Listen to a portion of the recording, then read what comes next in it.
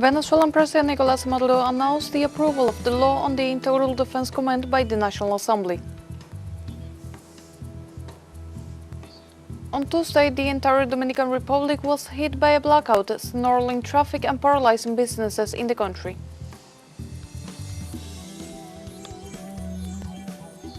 In Palestine, Israeli occupation forces carried out attacks against presidential areas in the Gaza Strip.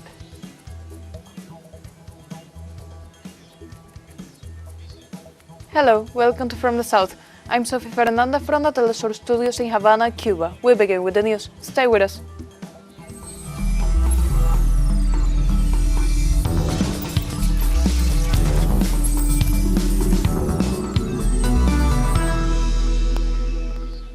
In Venezuela, President Nicolas Maduro announced that the National Assembly approved the law on the Integral Defense Command of the nation. During a meeting with the Assembly national leaders, the head of state expressed that this law is a key legal instrument for the country's new military doctrine, which establishes the responsibility of the state and all Venezuelans to defend the territory against internal and external threats. In this regard, President Nicolas Maduro highlighted that the new legal instrument is part of a context of permanent aggression against the Venezuelan people by U.S. imperialism, which refuses to accept the multipolarity and Venezuela's decision to be a free, independent and sovereign country. The Integral Defense Commands are very clear about their tasks, their structures, and their missions at all stages from this moment on. Upon signing this law, all Integral Defense Commands must be activated in the early hours of today. Que reúnen a todas las instituciones públicas del Estado venezolano, a la institución militar. All public institutions of the Venezuelan state, the military institution, and all the people's power. So, I affirm that the order must be activated so that the Integral Defense Commands are established, structured, and get to work to be prepared if we as a republic ir a la lucha armada para defender esta sagrada herencia de los libertadores y libertadoras. And as a people have to engage in armed struggle to defend this sacred heritage of the liberators. We are ready to win, to triumph through patriotism and courage. I therefore proceed to sign and enforce the law of the creation of the Integral Force Commands at the national level.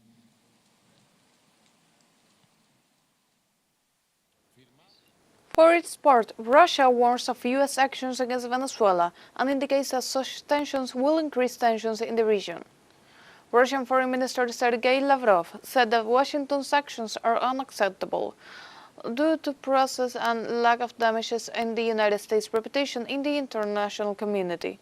Lavrov also stressed that Washington must stop attacking Nigeria and Venezuela under the guise of a war on drugs to seize the oil fields and instead combat the drug problem in Belgium to eradicate drug trafficking in the heart of Europe.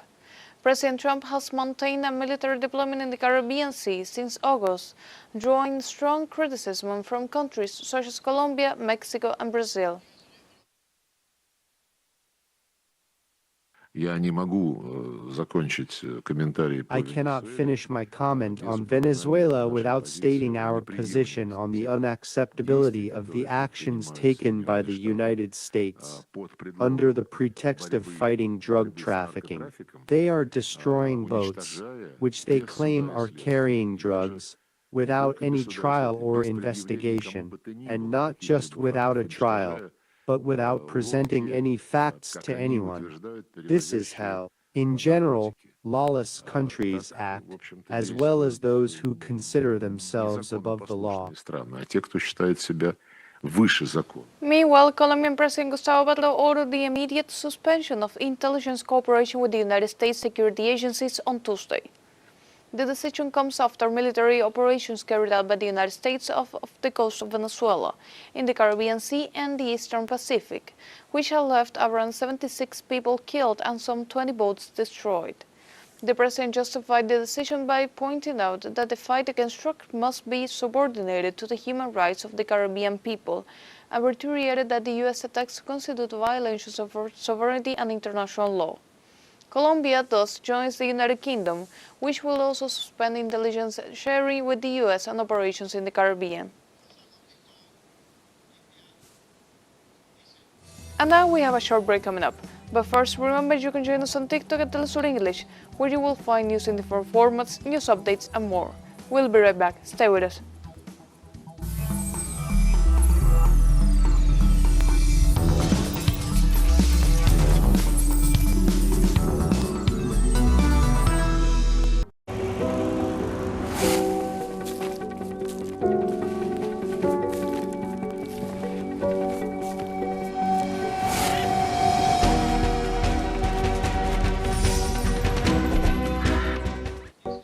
Venezuela has an ancestral pulse that resonates in the indigenous communities like the Cariña, who proudly keep the heritage alive. Our correspondent Andrea Romero will show us up close, in another episode of Venezuela on the Move, the deep meaning behind the Cariña's most solemn ritual, the Acatumpo, the contagious joys of the signature dance, the Mare Mare, and the mastery woven of the Moriche palm hammocks. The Cariña are direct descendants of the Carib, the first inhabitants of Venezuela.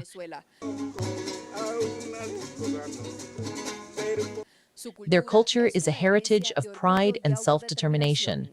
The Cariña indigenous people have been here since ancient times because when what they call the Guquita arrived, we already had our indigenous culture, our songs, our dances. That didn't come from anywhere else. It was created by ourselves. It was born here and it remains here. This deep ancestral root is honored each year in one of their most solemn ceremonies, Acatumpo, a sacred 3-day celebration filled with love and reunion with ancestors and the holy innocents. It's a custom from our grandparents. Every November 1st, we celebrate here the Day of the Dead, which for us is the Acatumpo, the Day of the Dead of the Innocents. Here, children don't dance, as they say, because they are saints, the holy innocents.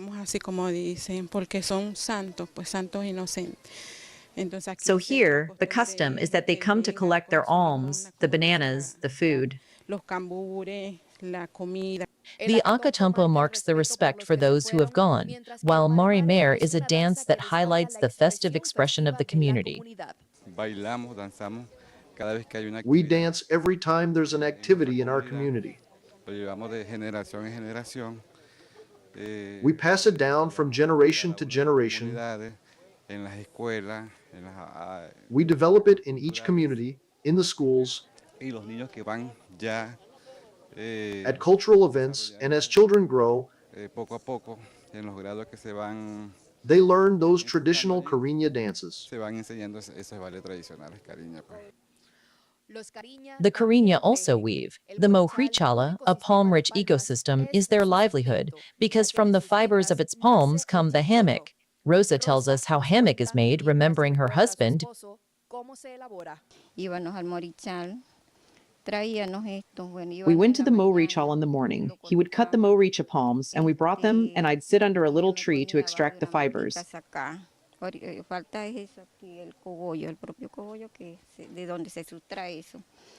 This is the actual core from where you take them out. Then you set the fibers to dry in the sun.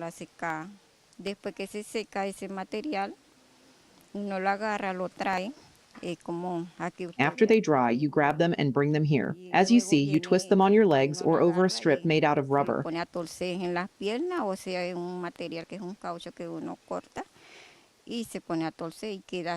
after twisting them, you get this, as you see, and then you start weaving and you have the hammock.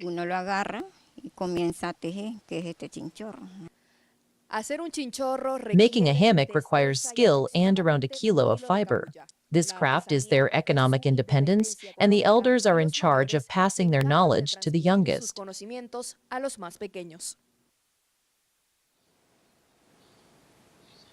Moving now to Argentina, a passenger train derailed in Buenos Aires, leaving at least 20 people injured who received immediate medical attention. The accident occurred near the Liniers station, west of the city, prompting a large-scale security operation involving firefighters, rescue workers, and medical personnel to evacuate passengers. Health authorities reported that 2 minors were among the injured, and that those affected were transferred to 4 hospitals in the capital to receive the corresponding care for various contusions. As a consequence of the incident, the train service was interrupted on its main section, without reaching the Terminal 11, which affects thousands of users who use that route daily to travel. The personnel of the Argentinian trains began the investigations to determine the causes of the derailment, while work processes to remove the train and restore service to normal.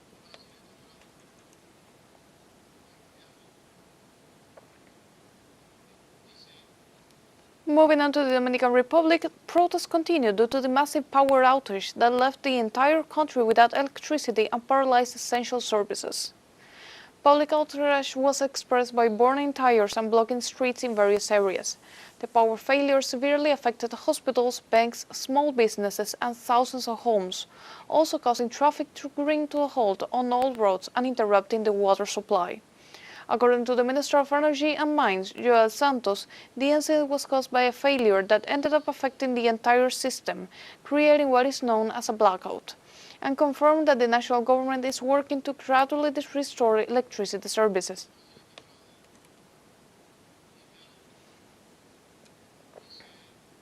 In other news, the Mexico-Canada Action Plan is moving forward, and both countries are ready for the review of the USMCA in 2026.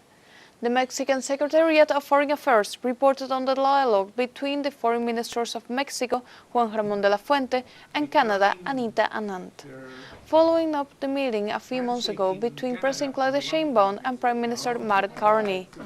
During this Tuesday's meeting, in the context of the G7 ministerial meeting, the officials refined agendas and reviewed the content of the bilateral meetings to be held in Mexico in the coming weeks. Among the topics discussed were agriculture and port connectivity, as well as the memorandum of understanding signed between the labor ministries of both countries.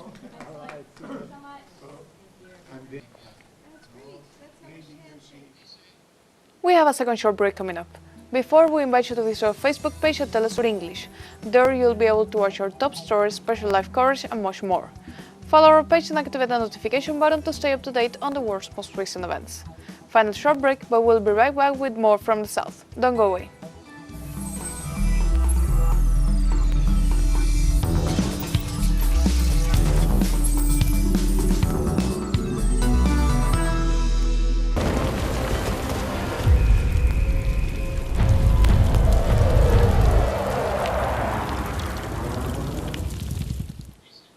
Welcome back. In Palestine, Israeli occupation forces carried out attacks against residential areas in the Gaza Strip. Zionist aggression was led to the displacement of thousands of Palestinians so far. Meanwhile, the search for bodies has been hindered by the blockade imposed by Tel Aviv against Palestinian civil protection teams, who are also being prevented from rescuing the wounded. It should be noted that the Gaza government authorities are making continuous efforts to bring a definitive end to the hostilities, the total withdrawal of Israeli troops, and the release of Palestinians held in Israel prisons.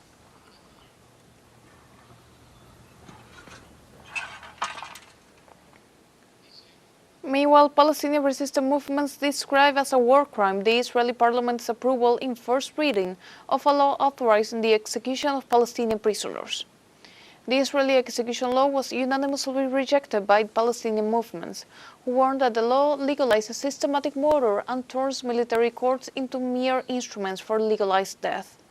The Palestinian resistance denounced that the law not only reflects the racist nature of the occupation, but also formally legitimizes the killing of detainees under the state's legal framework. Although it still has to pass a parliamentary committee and 2 additional readings for final approval, the initiative has been condemned by global human rights organizations for violating humanitarian international law.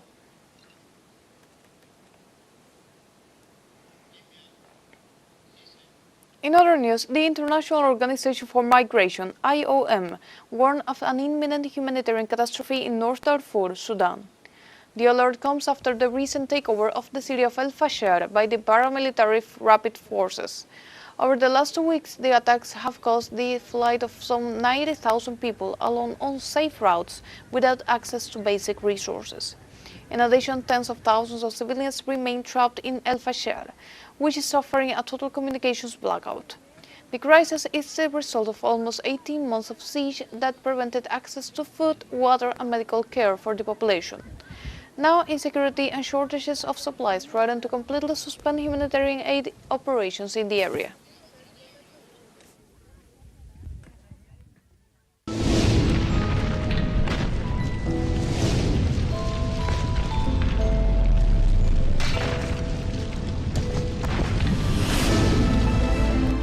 In the Philippines, at least 27 citizens lost their lives after Super Typhoon Fong passed through, displacing more than 1.4 million people. Media outlets reported that 19 of the deaths were in the Cordillera Administrative Region, home to the country's largest mountain range. Among the dead was a 10-year-old boy. In addition, Typhoon Fong, locally known as Wang, hit the locality of Luzon after becoming the second cyclone to affect the archipelago in a matter of days, after Kamuri. It should be noted that the disaster has left more than 150 localities in the Philippines without electricity and has destroyed 37 bridges and flooded 12 national highways.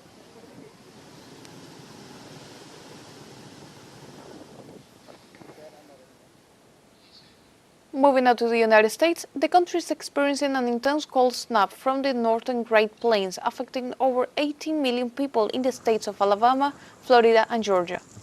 According to the meteorologists, the cold snap caused an abrupt transition to winter temperatures, including a low of -2 degrees Celsius in Jacksonville, Florida. The National Weather Service forecasts that cities such as New York and localities in Rochester, Buffalo, and Jamestown will receive between 5 and 15 centimeters of snow. Experts also forecast the arrival of a new storm system that will bring additional snowfall for next Wednesday.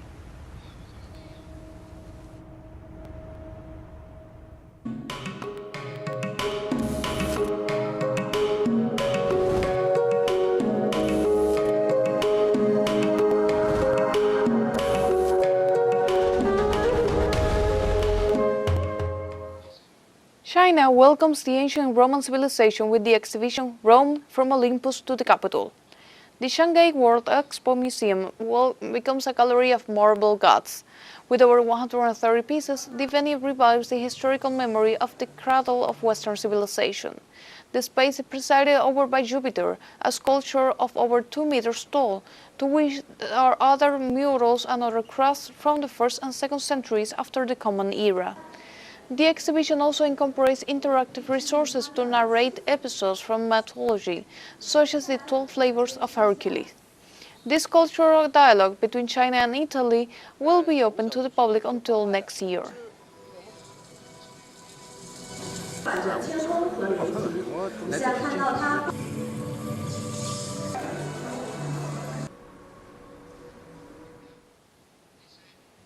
And like this, we have come to the end of this news brief.